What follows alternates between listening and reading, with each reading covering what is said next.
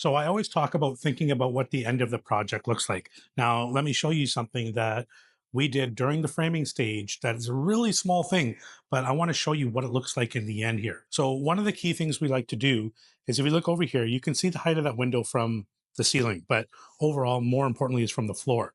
What I always like to do is every single opening that's on a floor, I want all of the tops of the windows and doors to line up. So as you see, I go around, all of these line up.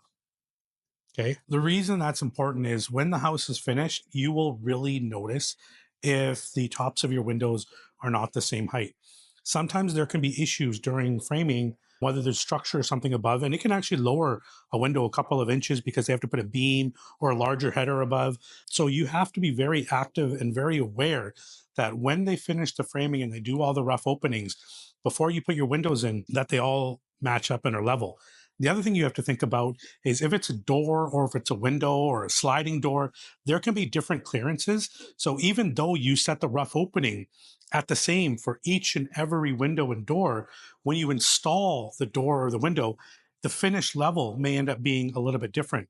So you want to think about that too. This door here has a different installation requirement than this window. So we actually had to adjust this rough opening to make sure that these two would line up because it's really important because they're right beside each other. This is not a hard thing to do, just something to think about. So when you're at your framing stage and you're planning, make sure you talk to your framer to say, hey, I want to make sure all the windows are level. This is where I want them.